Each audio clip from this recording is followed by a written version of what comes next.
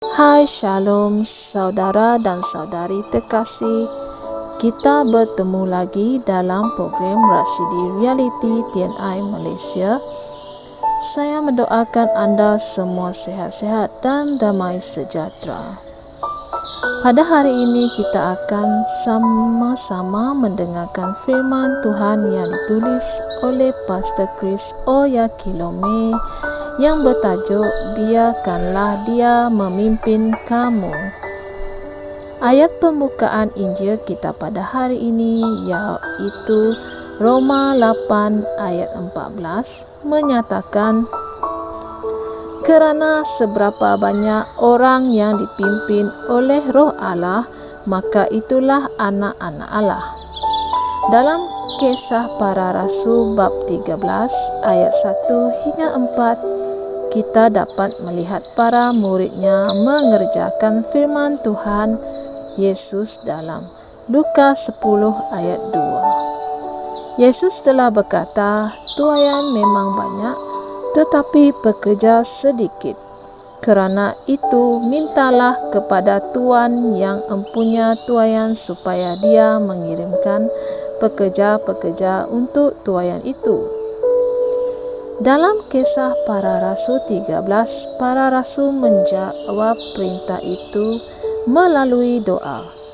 Alkitab memberi tahu kita bahawa semasa mereka melayani Tuhan dan berpuasa, Roh Kudus berkata, asingkanlah sekarang bagiku Barnabas dan Saulus untuk pekerjaan yang telah aku tetapkan untuk mereka. Dalam Kisah Para Rasul 13 ayat 2. Saudara-saudari terkasih, apa yang Alkitab beritahu kita seterusnya sangatlah menginspirasikan. Dan setelah berpuasa dan berdoa, mereka meletakkan tangan ke atas Barnabas dan Saulus, lalu mengutus mereka berdua. Maka mereka yang telah diutus oleh Roh Kudus pergi ke Selukia, dan dari sana mereka berlayar ke pulau Spirus.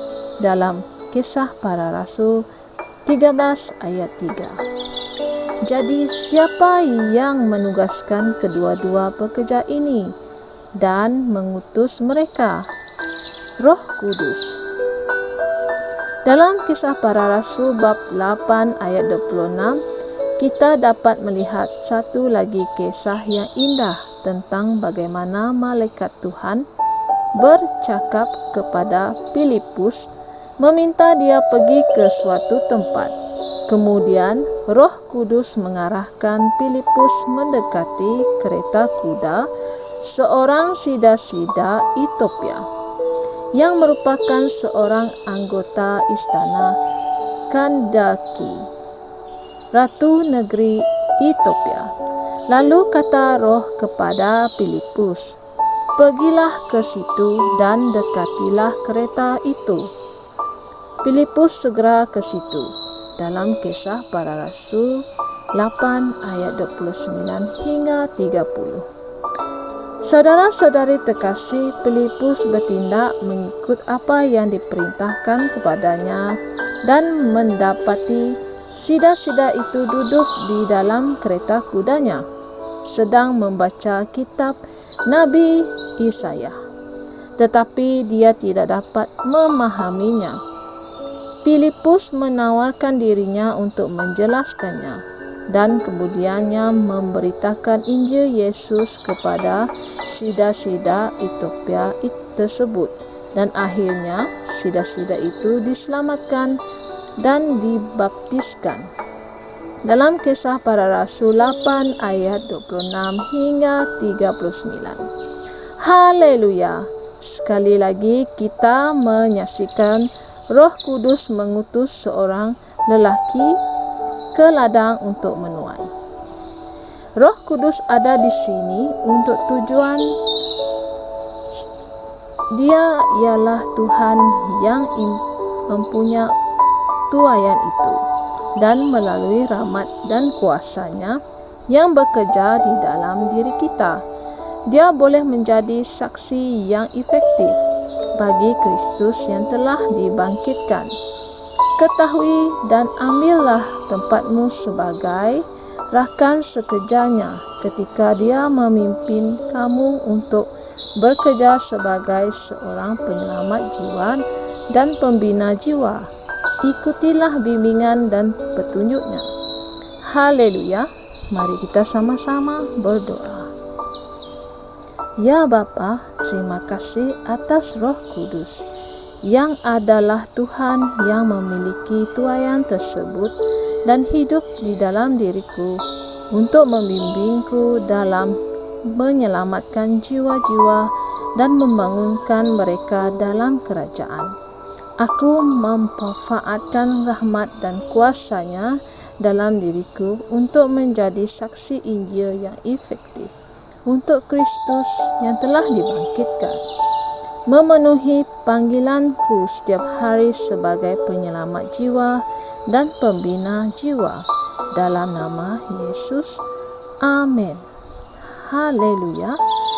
Anda boleh membuat renungan tambahan dalam Lukas 10 ayat 2 dan Matius 9 ayat 37 hingga 38. Sampai kita berjumpa lagi, Tuhan memberkati.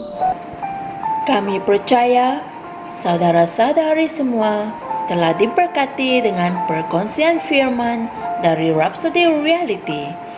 Bagi sesiapa yang ingin menjadikan Yesus Kristus sebagai Tuhan dalam kehidupanmu, kamu boleh mengucapkan doa ini bersama dengan saya. Ya Tuhan Allah, aku mempercayai Yesus Kristus, Anak Allah yang hidup dengan sepenuh hatiku. Aku percaya Dia telah mati untukku dan Allah telah membangkitkan Dia dari kematian. Aku percaya Dia hidup hari ini. Aku mengaku dengan mulutku bahawa Yesus Kristus adalah Tuhan dalam hidupku mulai dari hari ini. Melalui Dia dan di dalam nama-Nya, aku mempunyai kehidupan yang kekal. Aku telah dilahirkan semula. Terima kasih Allah kerana menyelamatkan jiwaku. Aku sekarang adalah anak Allah. Haleluya. Tahniah, sekarang kamu telah menjadi anak Allah. Untuk apa-apa sebarang pertanyaan atau untuk mendapatkan lebih banyak maklumat mengenai bagaimana untuk bertumbuh sebagai seorang Kristian, anda semua boleh hantar mesej di akaun Facebook kami atau email kami di tni.msia@gmail.com. Sekali lagi, tni.msia@gmail.com. Tuhan berkati Anda semua.